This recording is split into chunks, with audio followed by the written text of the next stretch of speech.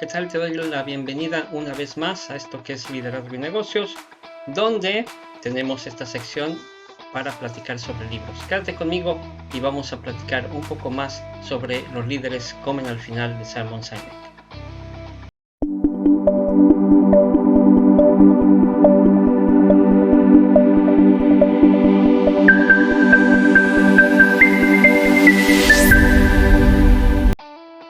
¿Qué tal? ¿Cómo estás? Una vez más en esta sección en la que estamos leyendo el libro de Simon Sinek, Los líderes comen al final. Es un libro muy interesante que nos está enseñando muchas cosas, que nos está permitiendo ver cómo son las reglas actuales en las empresas líderes, en los ambientes líderes. Entonces, vamos a continuar con esta parte, vamos a seguir con este título, leyendo, comentando y haciendo algunas anotaciones, algunas conjeturas, analizando qué es lo que Simon Sinek nos está diciendo.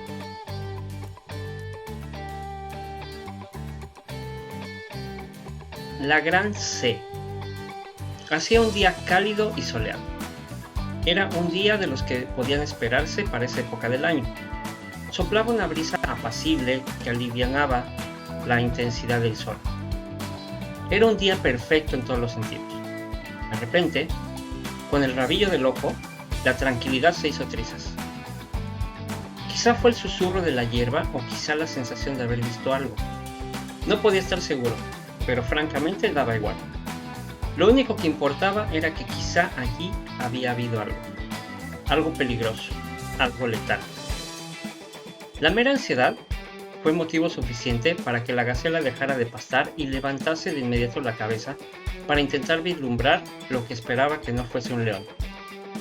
Otra gacela detectó que uno de los miembros de la manada estaba alerta ante una posible amenaza y también dejó de comer inmediatamente para levantar la cabeza. 2 pares de ojos son mejor que uno. Al cabo de poco, todo el grupo se les había unido. Ninguna sabía concretamente qué andaban buscando. Solo sabían que si uno de los miembros del grupo se sentía amenazado, todas debían sentirse igual. Entonces, en un instante, una de las gacelas, una de las que al principio no se habían sentido alarmadas por la amenaza potencial, vio al león a punto de saltar e instintivamente salió disparada en la dirección opuesta. Tanto si también vieron al león como si no, el resto de las gacelas de la manada salió en la misma dirección, corriendo a toda velocidad. El león intentó perseguirlas, pero no pudo recorrer mucho trecho antes de quedarse sin fuerzas. El ataque por sorpresa se había visto frustrado, y todas las gacelas vivirían un día más. Este es uno de los beneficios primarios de vivir en grupo. Cada miembro del mismo puede contribuir a la detección del peligro. Si un individuo del grupo siente un peligro, todo el grupo puede ayudar a detectarlo antes de que sea demasiado tarde. Esta es una escena habitual que hemos visto en muchos documentales sobre la naturaleza. A veces el león captura a la presa y a veces no. Pero la reacción de las gacelas siempre es la misma. Primero una o unas pocas sienten que algo va mal. Entonces procuran localizar la amenaza y si esta es real, corren para salvar la vida. Es esa sensación inicial, la de que quizá haya algo allá afuera que pueda hacerles daño, lo que pone en marcha todo el proceso. Y al final, es lo que concede a la manada una mayor oportunidad de sobrevivir. Esa sensación de que algo anda mal es un sistema natural de advertencia temprana que tienen todos los mamíferos sociales, incluyendo a nosotros. Está diseñado para alertarnos ante amenazas y para aguzar nuestros sentidos para prepararnos frente a un peligro posible. Sin esa sensación, solo nos enteraríamos del peligro cuando viésemos algo claramente o cuando ya hubiera empezado el ataque. Desde el punto de vista de la supervivencia, ese momento seguramente sería demasiado tarde. Los 22 miembros de las Fuerzas de Operaciones Especiales en Afganistán, por los que Johnny Bravo arriesgó su vida para protegerlos son un ejemplo perfecto. Aquella noche percibían que algo no andaba bien. Esa corazonada que captan ellos, la gacela y el resto de nosotros, y que nos dice que acecha algo peligroso y que está provocada por una hormona llamada cortisol. El cortisol es responsable del estrés y de la ansiedad que experimentamos cuando oímos un ruido por la noche. Es el primer grado de nuestra respuesta a luchar o huir. Como un sistema de alta seguridad que llama automáticamente a la policía, el cortisol está diseñado para alertarnos ante los peligros posibles y prepararnos para adoptar medidas extras para protegernos y así aumentar nuestras posibilidades de supervivencia. Esto sucede, por ejemplo, muchas veces cuando estamos ya durmiendo y nuestros sentidos detectan algún ruido fuerte que logra despertarnos. Entonces, lo primero que hacemos instintivamente es prender la luz para ver si hay algo, si está sucediendo algo, de dónde viene el ruido. Entonces, esa alarma temprana es de lo que estamos hablando en este momento. Apliquemos la misma escena de las gacelas al entorno de una oficina. Vamos a ver qué tal resulta esto en una empresa, cómo funciona, cómo nos dice el autor que podría funcionar dentro de una empresa. Una persona capta el rumor de que va a haber despidos. Se lo cuenta a un amigo del trabajo. Al cabo de poco tiempo, como la manada de gacelas, uno a uno el rumor se extiende y todos los empleados de la oficina empiezan a hablar y a inquietarse, angustiados por los despidos inminentes. ¿Has escuchado de Radio Pasillo? Cuando empiezan los rumores entre los empleados, empieza a quizá ser una señal de alerta de que algo está sucediendo o algo va a suceder. Todos los empleados ven cómo aumenta su sensación de alerta gracias al cortisol que fluye por sus venas. El estrés que les invade les distraerá de hacer cualquier otra actividad hasta que sientan que ha pasado la amenaza. Cuando este tipo de mensajes dentro de una empresa que empiezan a preocupar a los empleados, el líder automáticamente tiene que informar correctamente, tiene que evitar cualquier especulación, tiene que dar información veraz y si es algo cierto también hablarlo con la verdad. Es decir, hay que ser transparentes, porque si no, lo único que estamos haciendo es que el tiempo que dure ese rumor o el tiempo que dure esa sensación, los empleados no van a estar trabajando al 100%. Van a estar más preocupados por lo que se dice del rumor que por lo que realmente pudiera ser. Entonces es muy importante esa parte. Cuando se produce una amenaza real, como cuando la policía responde a una llamada, el cuerpo libera adrenalina en nuestro torrente sanguíneo, dándonos la energía para huir o aumentando nuestra fuerza para enfrentarnos a nuestro enemigo. Si has oído relatos de madres que de repente obtuvieron una fuerza sobrehumana para salvar a sus hijos, ese es el resultado de la adrenalina. Pero si no hay amenaza, respiramos hondo, esperamos que el cortisol abandone nuestra sangre, permitimos que nuestro ritmo cardíaco se normalice y volvemos a relajarnos. El cortisol no está diseñado para permanecer en nuestro sistema. Se supone que debe activarse cuando presentimos una amenaza y abandonarnos una vez que ésta haya pasado. Y por buenos motivos. El estrés de nuestros cuerpos es grave. El modo en que reconfigura nuestros sistemas internos puede producir daños permanentes si debemos vivir en un estado constante de miedo o de ansiedad. Todos sabemos la sensación que nos proporciona el cortisol cuando tememos por nuestro bienestar, pero también se encuentra tras los sentimientos de ansiedad, incomodidad o estrés que tenemos en el trabajo. A diferencia de las gacelas, los humanos disponemos de un neurocórtex sofisticado, que es la parte de nuestro cerebro responsable del lenguaje, así como del pensamiento racional, analítico y abstracto. Mientras que una gacela reacciona al cortisol liberado por su cuerpo, nosotros como humanos queremos conocer la causa de nuestro estrés, comprender nuestros sentimientos y encontrarle sentido. A menudo procuramos detectar la fuente de lo que pensamos que nos amenaza, sea real o imaginario, para aliviar nuestro desasosiego. Podemos echarle la culpa a un jefe que nos miente.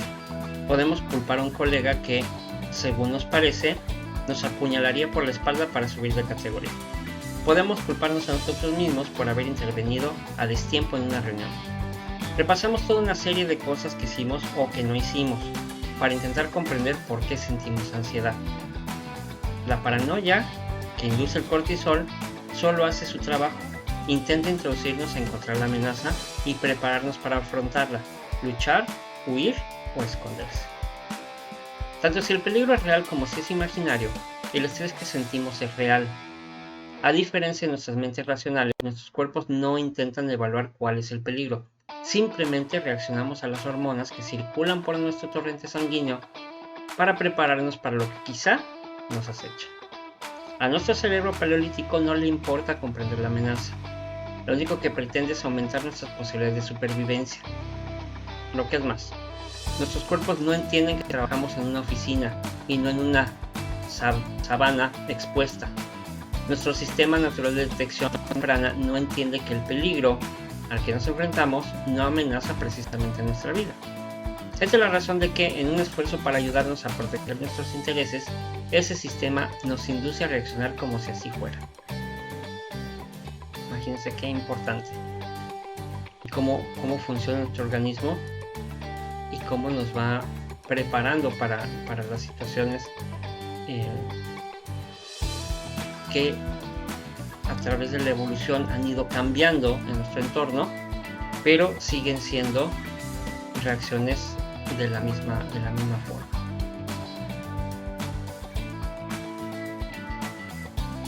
Entonces, y continúa diciendo: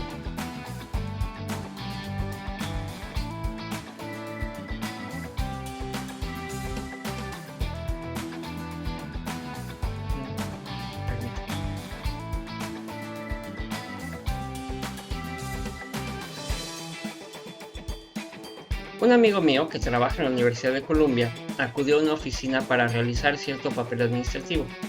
Se mostró educado y amistoso con la joven sentada ante la mesa, pero ella no le devolvió la cortesía.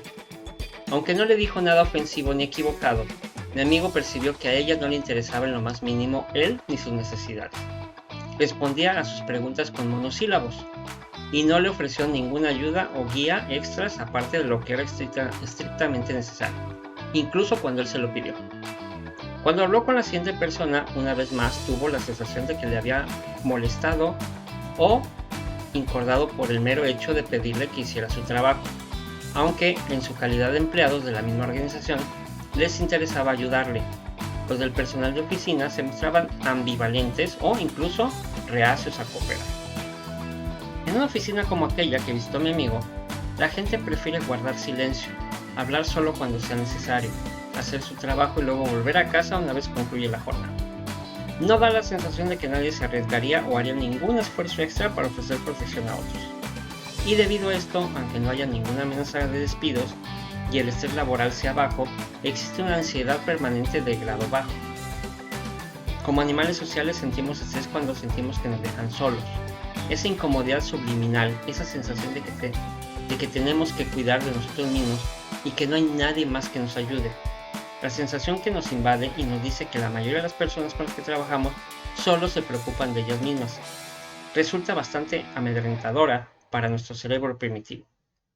Y no se trata de un problema con las personas, sino con el entorno. Aquí estamos hablando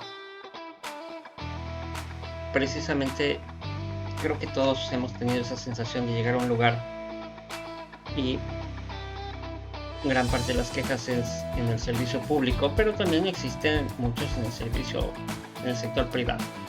Llegas a una oficina o llegas a un local y la persona que te atiende de mala gana, como si no quisiera atenderte, como si no le gustara su trabajo. Entonces nos sentimos solos, nos sentimos que la otra persona no nos quiere ayudar con lo que necesitamos. Entonces sentimos un cierto grado de abandono que genera estrés, genera molestia, genera ansiedad. Cuando una gacela percibe el peligro, alerta al resto de la manada, aumentando las posibilidades de supervivencia de todas. Lamentablemente muchos trabajamos en entornos donde los miembros del grupo no sienten gran interés por el destino de sus compañeros. Y no me van a dejar mentir. Todos conocemos gente así. Esto significa que, con frecuencia, la información valiosa como el peligro inminente suele guardarse en secreto. ¿Y cuántos jefes no guardan información que debían haber compartido? ¿Cuántos jefes te dan información a medias cuando debían haberte dado toda la información completa. Como resultado de ello, los vínculos de confianza entre empleados o entre líderes y trabajadores son débiles, y eso cuando existen. Prácticamente no nos queda otra opción que anteponer nuestros intereses personales. Si tememos que no le caemos bien al jefe, si nos preocupa constantemente que si cometemos un error tendremos problemas, si pensamos que alguien con quien trabajamos intentará llevarse el mérito por algo que hicimos nosotros, o darnos una puñalada por la espalda para beneficiarse, si prestamos demasiada atención a los medios sociales, si nos inquieta que la empresa no alcance los beneficios previstos este año y los despidos estén a la vuelta de la esquina, si la gente no suele relacionarse entre sí, si no sentimos el círculo de seguridad, el cortisol empieza a circular por nuestras venas. ¿Cuántas de estas situaciones estás viviendo hoy en día?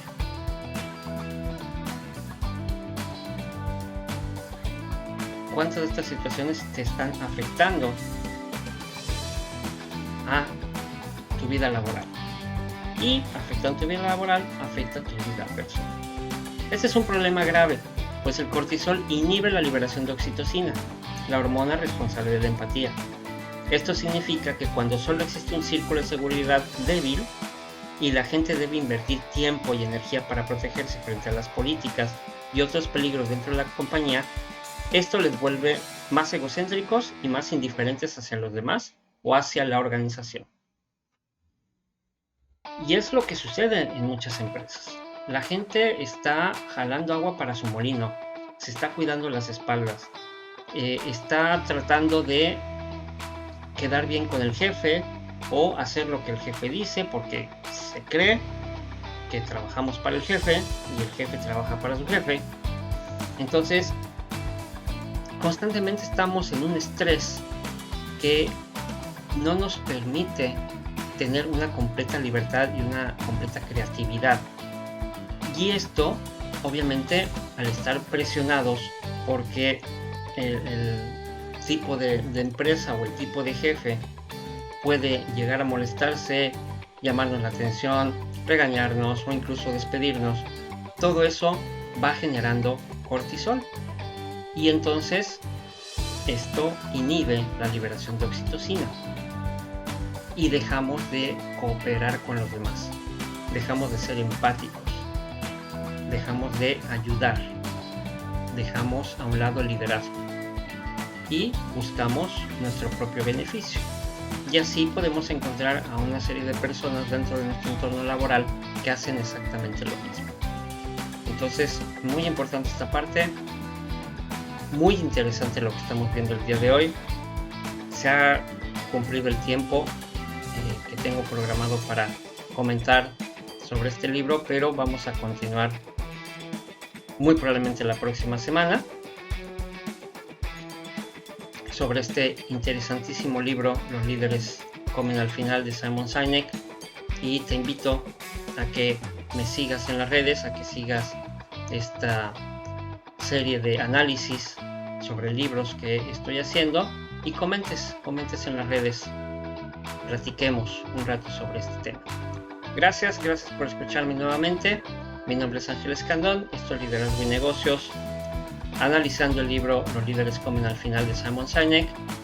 Nos vemos en las redes y seguimos en sintonía.